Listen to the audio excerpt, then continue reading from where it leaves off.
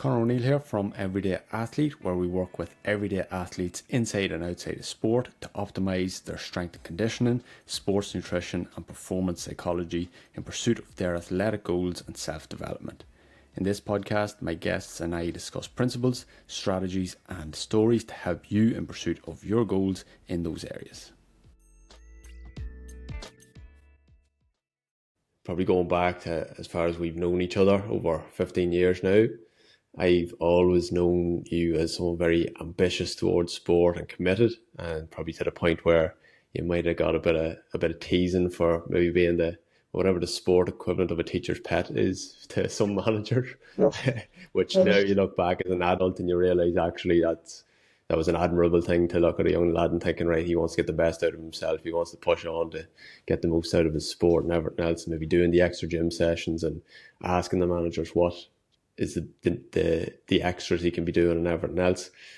But from a young age of being like that, and I wonder what had led up to that point to you feeling that level of commitment and ambition, I suppose, towards sport, do you think? Yeah. Love it. A nice easy one to start and ease me in, yeah. The easy ones are at the end. What made me ambitious in sport? I think I was probably ambitious in general, not just in sport. Like you joked about the teacher's pet in a sporting context, but having schools together. If we show people behind the curtain here, Conor, having schools together, I was probably a bit of a teacher's pet in school as well. So yeah, I don't know, I just wanted to achieve big things in whatever I did at that time when I was younger. I don't necessarily know exactly where that came from. I'd love to say it was an internal drive I had to go and be great at everything I did, but I think that would be a lie. There was probably an external influence in that I liked the positive feedback that I would get for being good at things. I liked, people telling me, "God, you're doing really well at school," or "Oh, you're going to be great at this." But there was a bit of an internal drive in sport too, in that I probably didn't come to it as early as some of my friends. It was probably P6 or P7, which isn't that late in the grand scheme of things. But when you're that age, it is. And so I wasn't the best at that age compared to my peers, and definitely was massively competitive. So wanted to try and be better than them, so that would drove me on to and drove me to do things that I knew they weren't doing, to try and maybe start to get better than them and catch up over time. Yeah, a bit of both, bit of internal, bit of external. Everyone likes a pat on the back and to be told they're great, so I was definitely chasing that, but not just in sport, in school as well. There's probably I think for every young lad there's an element of when you're trying to, I suppose, form your identity and figure out who you are and carve your way in the world and different friend groups and everything else. You sort of take on maybe different identities of, there's maybe one lad who's the funny man in the class, or there's always the womanizer, there's the smart guy, the music buffs, there's all that, there's the athletes, the jocks. And, I don't think your major identity was as a footballer and athlete, but it was definitely part of it. Mm-hmm. Do you feel that's correct, that was a big part of your identity then? And has that changed much between then and now, would you say? My identity then, that's a funny one. If you were listening through different things there, some fellas be into their girls or whatever, and some fellas were into music, some fellas were into school, some fellas were into sport. And I probably tried to have a finger in all of those camps. Was a wee bit musical. I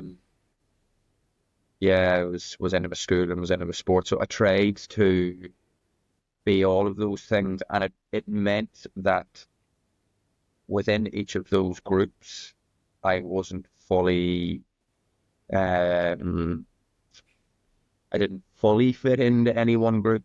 So when I was among the other sports people, probably wouldn't have been the coolest of the sports people because I took my schooling very seriously, and cared about my results and was battling for better marks in exams and those kinds of things in the classroom. Like, I remember silly things like biology class where you would swap over your exam papers and mark your friends, and I'd be going up afterwards to the teacher and saying, well, he didn't give me a mark in this and I think I should have got it, which I ain't. I probably deserved a bit of a pushing and shoving for that. But what I'm getting at there is, in the sporting context, them boys probably didn't view me as the coolest.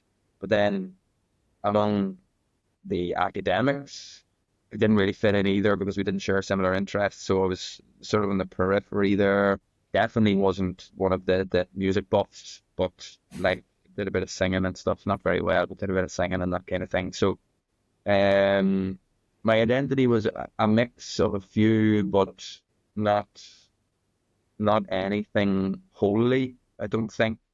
Um, yeah, I didn't, and I think that was a good thing in hindsight that I wasn't fully embedded in one particular area. It meant that I didn't lose sight of things like exams and stuff because I was focusing on a sport, or I didn't lose sight of trying to achieve in sport because I was focusing on school. It gave me a good mix, I think.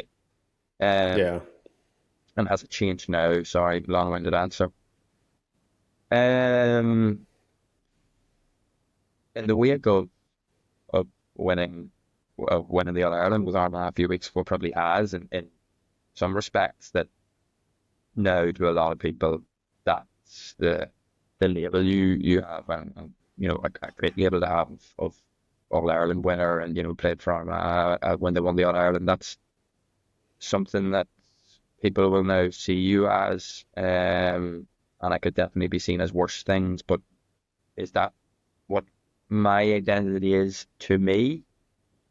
No, it's still similar to what it was in school. It's just a part of it. I'm a family man, um, great wife, great child that I love, who I love dearly. I'm working hard in my career, and yeah, it's just going to be one element of who I'm going to be, I hope. Yeah, it definitely is. I mean, when you think back to school, I think the term social butterfly probably applies very well. You managed to go into various groups within the peers. And I felt the same myself. Like for me, it was always I was the jock when I was with the art guys, but I was probably the art guy when I was with the jocks, and Yeah, maybe you were the smart kid out of the jocks, and you were the jock when you're with the smart kids. uh, you can say nerd. It's okay. yeah, a bit of a nerd. That's fine. But yeah, all those things you would have get slagging for back in the day that now that's the things that you're actually leaning into as time goes on, I Mhm. think, as well.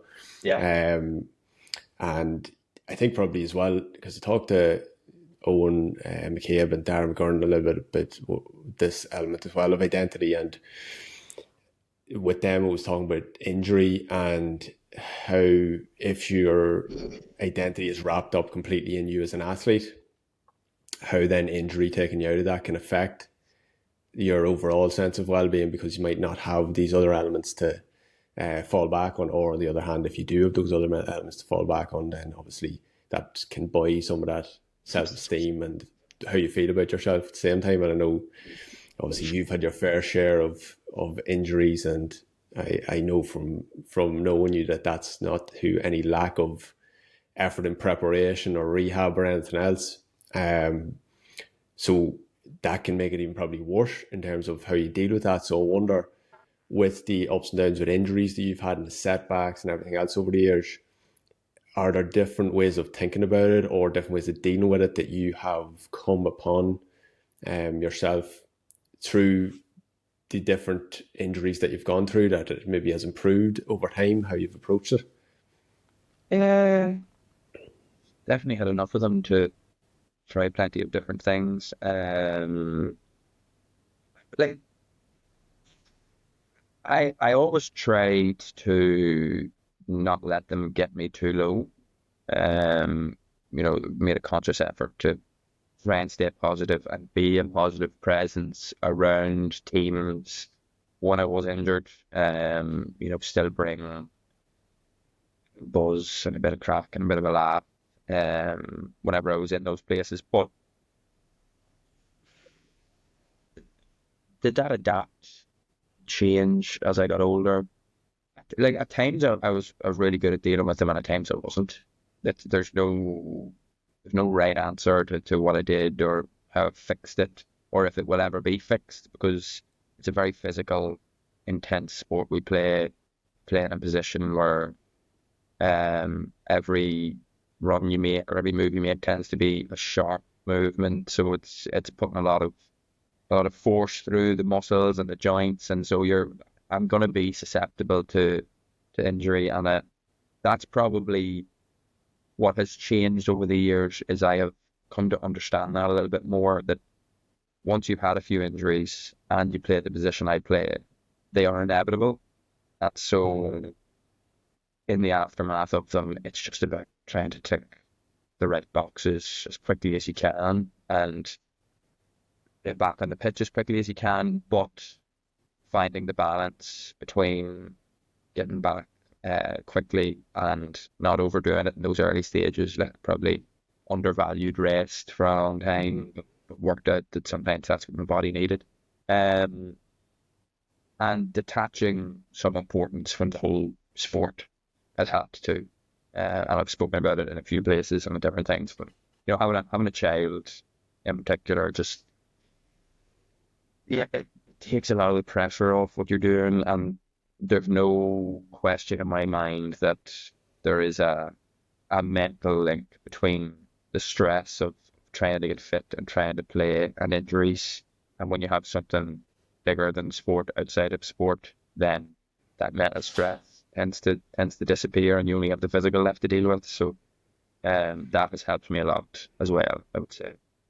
Yeah, I've heard other players talk about that as well, of that how important the psychological element of the injury is in terms of, well, I heard other people talking about the pain element associated with injuries, but also, I suppose, the recovery associated with it. Mhm. Meaning, it's not only about the physical stress that you're putting on the body through training and recovering from that, but also the stress you're putting on yourself under mentally, as you've probably found, has a knock-on effect on the body and the stress that's going on in the body.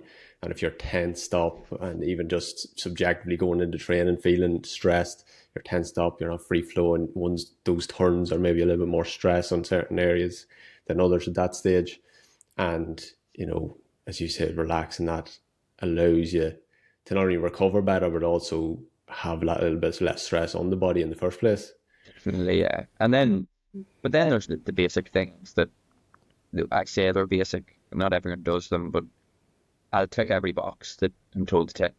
Uh, Mm-hmm. I remember getting ankle surgery, but I'll caveat this with I've actually been unfortunate with injuries in terms of I've had a lot of muscle injuries, but I've been quite fortunate that I think that my after sport life will be quite good, because my joints, which is where people tend to have issues, have all been fine, bar this one ankle that I got a kick on and had to get surgery. But um, back to the point, I got surgery on the ankle. I'd done a bit of reading on around nutrition, for example, and spoken to you, and so was straight on the fish and a few different good sources of um, fish oils and whatever else I could get into me, because I'd read that it would help with the inflammation and stuff early on post surgery. And I remember getting back really, really quickly from that surgery. I think I got it in November and was playing the first game of the league for Armagh at the end of January. So I'll always tick all the boxes, and they're the basics that anyone has to do when they get an injury. But the mental side of things has developed really, really well for me away from the game, and made it a lot easier to deal with the injury. I remember you telling me something, and I don't know if you ever look into it any further, about the one of the consultants that you'd spoken to was saying that your force output, let's say, that you were able to put out through your muscles was very close to, say, your maximal force that your muscles could actually withstand. And your strength, I think the term is like strength threshold, or strength deficit, sorry.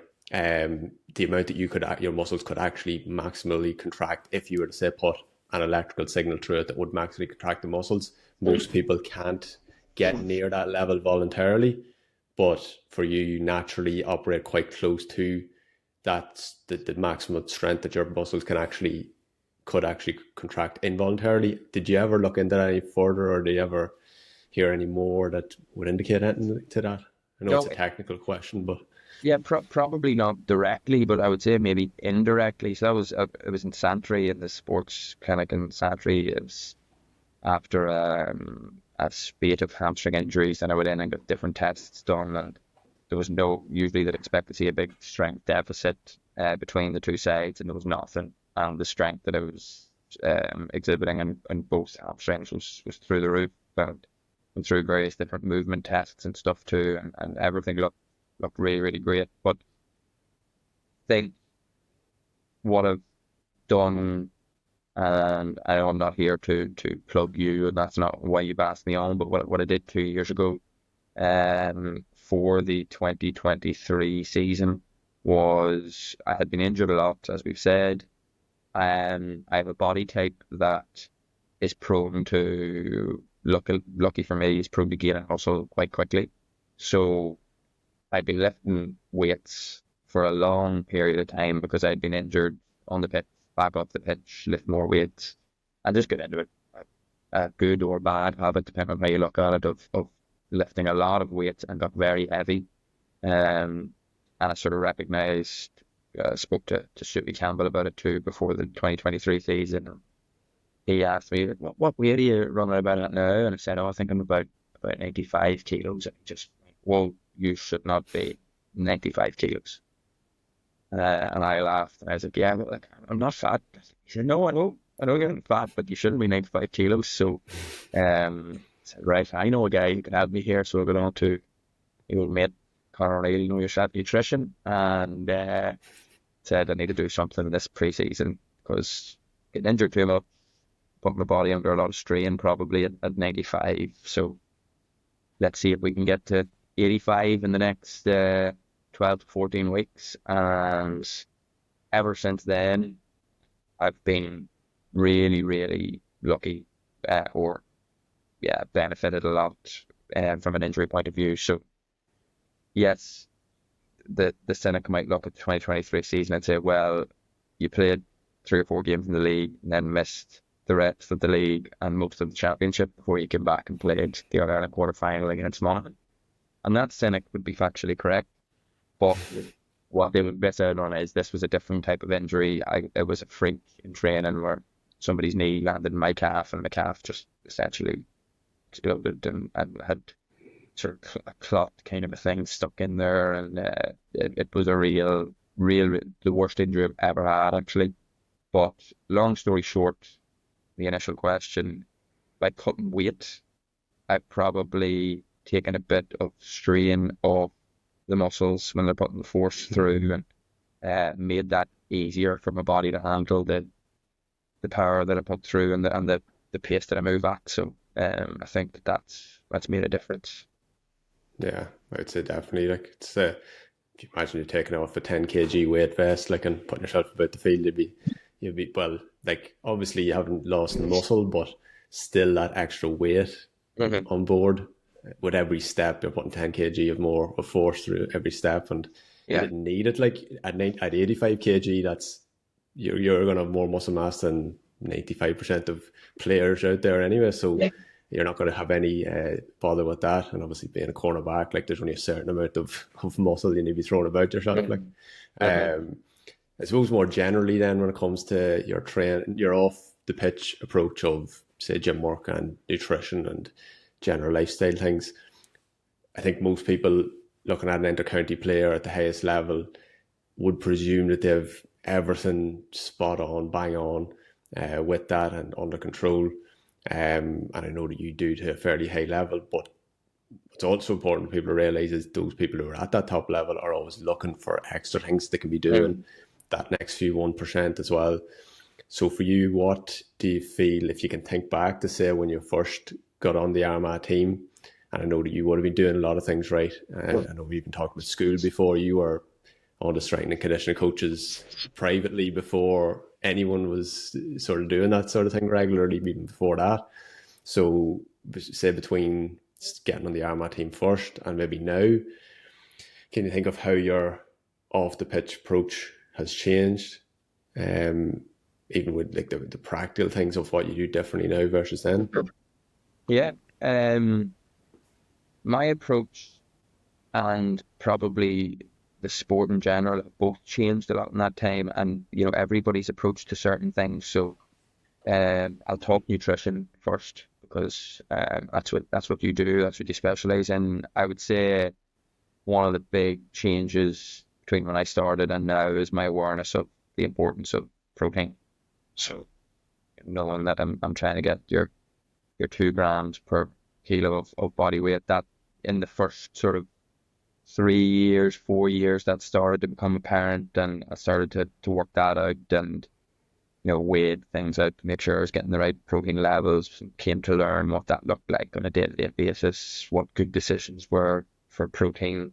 So that was probably the big one early on. And then in later years, probably working with you, the importance then of the carbohydrate source came in as well. So everybody has a fair idea and knows that eating carbs, coming up to a big match, will help you, give you the energy you need in the match. But understanding what that actually looked like, what carb load looked like.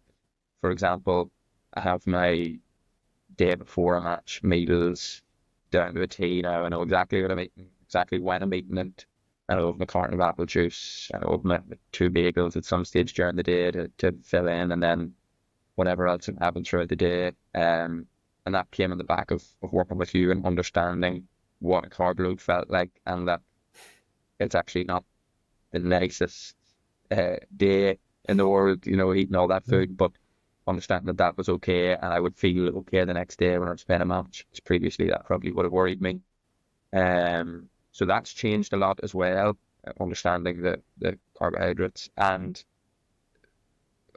staying on the topic of carbohydrates, I'm a bit of a sweater on the pitch. So you advised me on the SIS, what's the name of it? Kind of Go electrolytes. Exactly. Yeah. So it's It an was funny. I electrolyte. saw at half time at the All-Ireland final. You're the only man went to the side before going in the tunnel to grab that water Shaker. or to grab your shaker. So Yeah. that was in that. That's what was in the shaker. So I like every training session that I know is going to be reasonably tough, or every match, I've got my Go electrolyte. So it's your carbohydrate electrolyte mix, because again, I've learned the importance of replacing electrolytes while you're playing and replacing carbohydrates while you're playing. And in the last couple of years, I've not suffered from cramp, which is something that I would have had issues with before. So that's how things have developed. None of that would have been on my radar, 8, 9 years ago whenever I started with Armagh. And then you're talking about looking for 1%ers. Like, things that you've added for me were, I take my beta-alanine every day. Gives me the itchy skin, which is good fun for anyone who doesn't take it. Give it a wee go. I have my beetroot shot 2.5 hours before a game.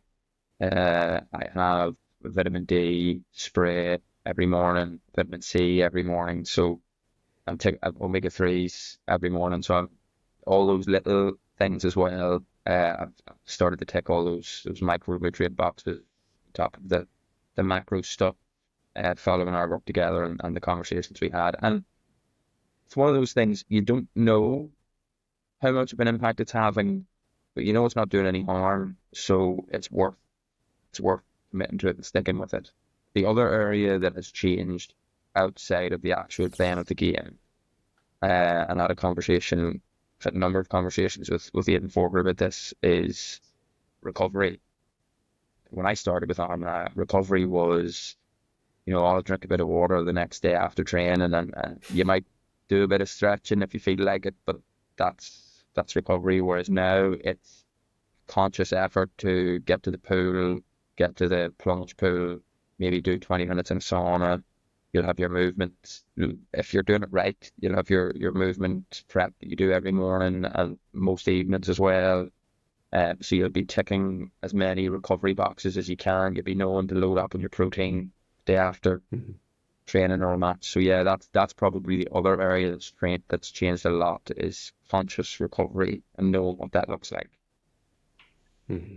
Yeah, that's like, I'd say if at 20, or what age you get on there on my panel? I think it's 22. 22 maybe. 23.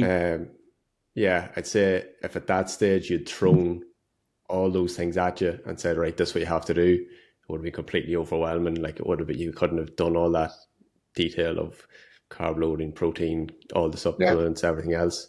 Yeah. But like titrating it in over time and getting that awareness and just building things up. And as you say, there are things you're not necessarily going to see the immediate impact of, but if you do one thing and let it accumulate, and then bring in that next thing, let it accumulate, and sort of work it up over time, you know that just now you're able to say, right, well, I know I've those boxes ticked, I know I'm giving myself the best chance at benefiting from any nutritional benefits that I can get. And obviously that's clear to see, and like you've pretty much tapped out all the sort of a system of things that I work through people with, starting right at the basics of, as you say, getting your protein right, building in carbs, mealtime and things around training, recovery, all these things, and building right up to the supplements and the fine 1%ers. And I think you've pretty much tapped out everything that I could have possibly given you. So you're dialed in on that front. I still love a German biscuit or an old chocolate cookie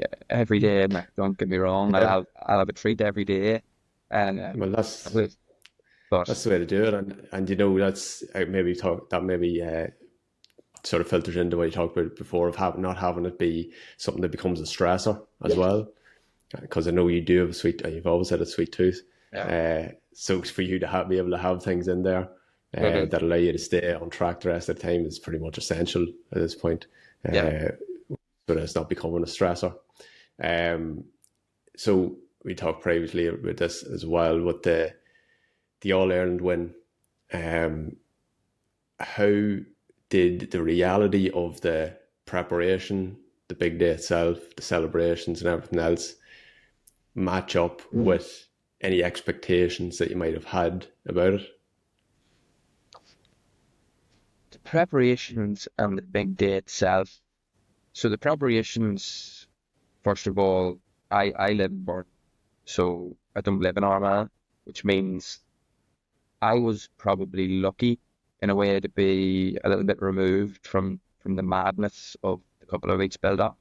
And it's been that way for all of the games this year. So I think I benefit from that, where other fellas, maybe every time they go to the shop or go to their work or whatever, they're probably getting talked to about games left, right, and centre. I've managed to avoid that. So the build up was fine for me.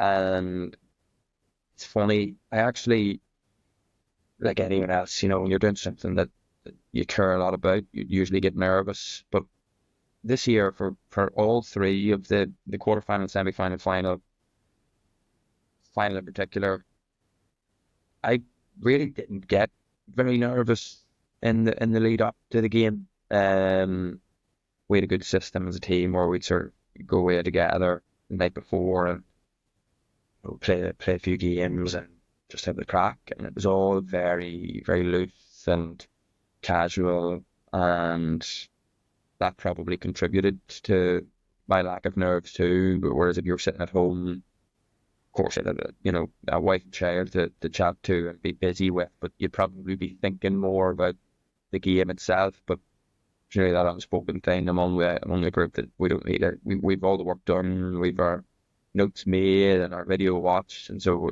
let's just chill out. And so that helped. held in the build-up. The big day itself, how did that live up to expectations? I remember in the semi-final against Kerry, looking up at the hill. So I think there was 60 something thousand at the semi-final, but there was a big section of the hill on the right-hand side as you look at the hill from the pitch that was empty, so it was closed off. And I remember looking at it thinking, it'll be a real shame if I never get to play in front of a full hill. So when I came out for the final and the flamethrowers were going and we were going out to get our picture taken, I remember having a glance up there and thinking, oh yes, this is it. So the only nervous time was really in the dressing room before we went out. Once I got out, consciously said to myself, enjoy this build up, enjoy the warm up, enjoy the parade, enjoy the whole thing, because it's what you've always dreamed of doing, and nearly in your wildest dreams hoped would happen, but were never sure if it was going to. So yeah, the day itself, that pre-match build-up was absolutely class. I loved every bit of it. I loved the parade and looking up the crowd and feeling that each stand rise as you got to it. You know, I was absolutely, even as I talk about it again, I'm getting excited. You know, I'd just love to feel it again. And the aftermath, the final whistle and stuff, and the 20 seconds after the game, I don't have any recall of. So, like my dad asked me, for example, what did you do at the final whistle, and who did you go to? And I need to get. I'm sure there's footage. We'll have footage, and I'll be able to see what I did, but I haven't got a chance to see it yet, and I don't know who I went to or what I did in that first 20 seconds. But having Clodagh on the pitch then and Orla in the stand, just, you know, and the amount that they've sacrificed for me, it was just absolutely class. It's such a feeling. I think I'd said it to you privately, but you sometimes when you read sports people talking about winning things, or you hear about musicians who play a big show, sometimes, not always, but sometimes you'll hear people say it was a bit anticlimactic, or I've seen sports people say I sat in the dressing room and thought, oh, is this it? But for me, it was complete opposite. It was actually better than I ever thought it would be. It was just, yeah, the stuff of dreams. And the whole 2, 3, 4 days afterwards, that just continued. It was absolutely class. Yeah, it's unreal. It's so few people, like relative to population, will ever get to experience something so overwhelming in one way, but so I don't know what word you would even use to describe it. I think the word sublime is probably like the closest thing that comes to it, but you can't manufacture it. No one could pay a certain amount of money to feel the feeling I'm sure you had on the day. It can only come with certain situations. It's probably mostly in sporting contexts where the adrenaline's high, you've worked for years for something, and it's all coming down to this 1 hour, or, you know, eventually it's 1 minute at the end, or whatever it is. And, you know, you get a sense of that watching on when you're seeing your friend do this, like, or even I'm sure for Orla, for your parents and everything else, you get a sense of that because you're living vicariously through that. But so few people will ever get to experience something that you've experienced. And you get a sense of it if you do, you know, a big event for yourself. If you run a marathon that you never thought you could run, or you achieve something else. But it's that thing. It's almost, if you really sit back and think about it, right? So on Armagh, for example, that's the second All-Ireland they've ever won. So if you sit back and think about it logically, it's an illogical thing to dream about nearly. It's almost, it's unrealistic. So to chase something that was in a logical mind almost unrealistic, and then to achieve it is like, it's, yeah, as you say, that's the euphoria then that you get, is I've done this thing that people didn't think we could do, but now such is life, and such is ambition, sports people, the feeling's gone. You've got the memory of it, but you want the feeling again. So you chase it Yeah. again, you go after it again, and you try to do it again because that's the only way to get it back. And that's probably what keeps people going is chasing that euphoria again. Yeah.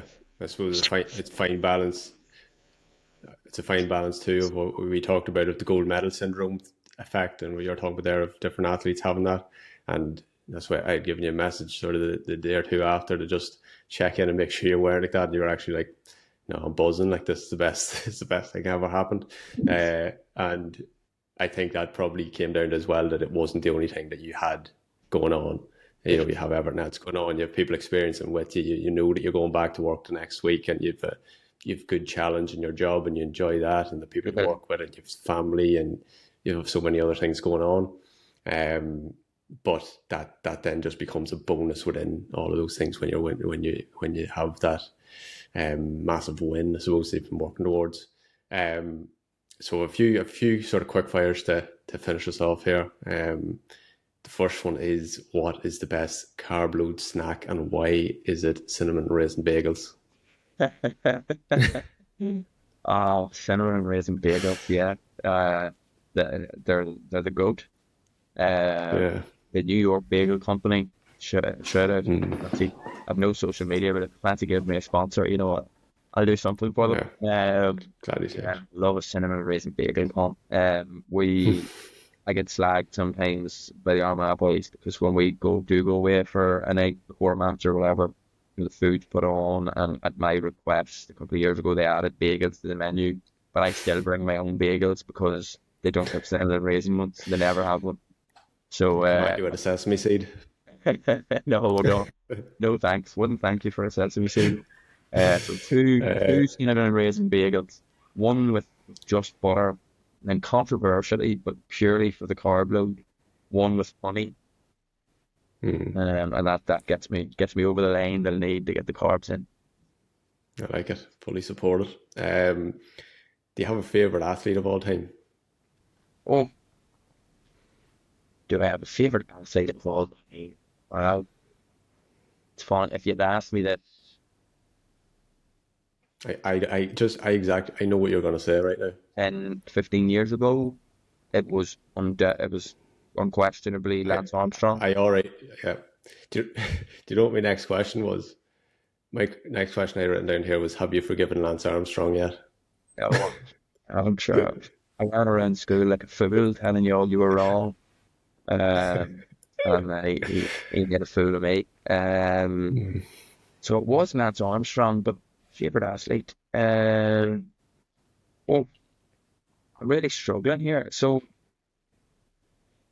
like, I don't have a big draw for American sports, for example. But Jordan jumps to mind as he does for everyone, just because he transcended the sport. Do you know what? I'll go with Roger Federer because he was such a classy, elegant guy. Everything that I'm not on the football pitch.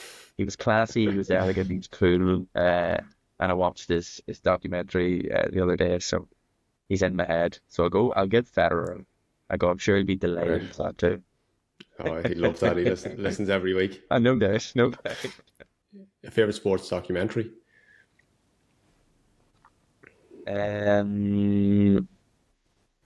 Again, few jump. I don't want to give you The Last Dance because it's a common answer, I'm sure, to that question. The other two that jumped to my mind. I know I'm cheating here because you're asking for a favourite, but I don't care. The other two that jump to mind are Icarus. I loved Icarus. That, ironically, having just said that the Lance Armstrong piece, the deceit of it all, you know, I loved the length that they went to cheat. It was so interesting. Not that I condone it. And Drive to Survive, the Formula One, the first couple of seasons was great. I haven't seen it. Have you seen the new Tour de France? I haven't, but it's on the list because I've watched most of the other ones. Like I've watched the golf one, which was just alright. I've watched Drive to Survive. I watched a bit of the rugby one, but it was poor. So I will watch the cycling one because growing up, as you would know, I used to actually watch the Tour de France when it was Yeah, on. So I will give that a yeah. go. Well, I liked it, but I couldn't. I never watched Tour de France just because I couldn't sort of keep up with the length of it and just keep watching it. But the documentary just it gives you it all without the delay of having to watch the whole thing. Yeah. Right, a bit of left field one. Who's the worst dictator from history that you've learned about? Oh, right, okay. That is left field, so you're picking on my interest in the Real Dictators podcast. The worst Yeah, dictator in terms of what they did, uh, probably Chairman Mao, China. Oh, he's a bad guy. But to be yeah, honest, not too many of them were great. There's one or two who, when you listen to if anyone hasn't listened to that podcast series and is in any way interested in that kind of thing, it's absolutely great. But hmm, the couple of historical dictators who you can make a bit of an argument the other way for that they did some good as well are Napoleon and Julius Caesar, who's got an interesting few episodes on it. So the pair of them were interesting, but the worst pure numbers of who they killed and stuff was probably Chairman Mao. Um, yeah. yeah, that's the one. It's pretty brutal. Like I was swore to listen. I listened to it on the long runs for the marathon prep, and Yeah, it's it's very fast. interesting. Like, but you're listening to it, going, Jesus, should I be putting this information into my And brain? But you yeah, got to know about these things too. there comes a point when you're listening to them where the numbers almost lose context. Like I Yeah, remember, sorry I know these are quick fire, but I remember listening about Mao and it saying that, it was estimated he possibly was the cause of 30 million deaths. And then a few episodes later, I was listening to one about a guy, Papa Doc, who was a dictator in mm, Haiti. And I think, 80. he was responsible for tens of thousands of deaths. And, for a brief moment, you find yourself thinking, well, he didn't do too much compared to Chairman Mao, and then you take a step back and say, whoa, hold on, don't ever let the context of what this guy done, Yeah, be lost on you. It was as a proportion of population, he was probably just as bad, and also any deaths are discrete. Like wasn't it Stalin was another one, and he said that one death was a tragedy and a million deaths was a statistic or something like that. So this was the yeah, mindset of those people. But uh, the podcast series is really interesting. yeah. Brilliant. Definitely a recommendation. Um, all right. Final sort of couple, maybe. Is there anyone from history or even present day that you would love to sit down for a coffee with and a chat, either to pick their brains or see how they think, or even potentially a bit of wisdom? Yeah. Many people are not allowed at the coffee sit down. As many as you want, because when I asked people this before, they really struggled to come up with answers. Right. So, See, I've heard similar questions before. The, dinner party, who you inviting, mm, dead or alive, etc. But I can the um give you the answer that who I'd like to for a bit of crack, and I can give you the answer that people would roll their eyes and be like, "Oh, sure, like, this is who's picked." I give you both. The bit of crack one, I'm absolutely loving the comedy scene in the north. So I listen to a lot of Shane Todd's Tea with Me. I'm actually a Patreon subscriber and official sipper, as we like to be called. So I'd have Shane Todd and Mickey Bartlett, Kieran Bartlett, the three of them, because as a combination, they're very funny. I'd throw in William Thompson too, four of them. They're a very funny group when they get together. So I just sit for them and let them at it. Although you might say I'm already getting that in podcast form, but there you go. I'd like to just be involved in that crack and have them pick me apart a wee bit. The roll your eyes answer is probably name Napoleon. already, but I'd probably, if he could speak English, I want Napoleon there. I'd want someone who people never mention. It's controversial, but surely it would be interesting to have Jesus sit down at that conversation and see, see what it's all about. Over 2,000 years ago, and he stands the test of time. So, Jesus, Napoleon, and somebody who'll challenge all of that and throw in Einstein there, will we? And see how that conversation goes between the three of them. Yeah. See, that second answer, that's the one I'm really trying to get at when I'm asking that question to people. Because what I'm really asking there is, like, I'm trying to see, like, who, it's not necessarily who influences your thinking. It's like, who do you think about from history was important to shaping the world? And that's, I'd be thinking along the similar lines of what you're thinking about, of philosophers and religious figures and scientists and those type of characters. So I think I would go for I would be in the second conversation if I had to pick one myself. Not that I don't like the other guys, but that's the kind of combo I'd like.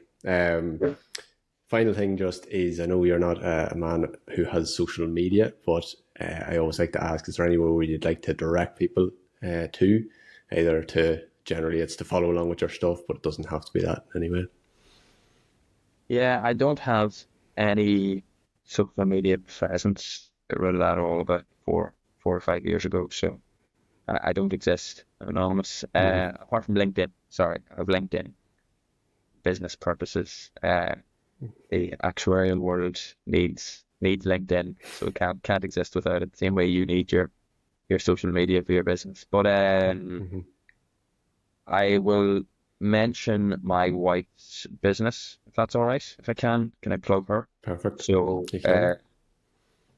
she does sports massage, relaxing massage, reflexology, all of those different things, and I've got a lot of benefit from them, particularly reflexology. Got a lot of relaxation and benefits from that over the last few years. So it's Cherrybank Treatment Rooms is where her socials are. She's Instagram, she's a website, cherrybanktreatmentrooms.com.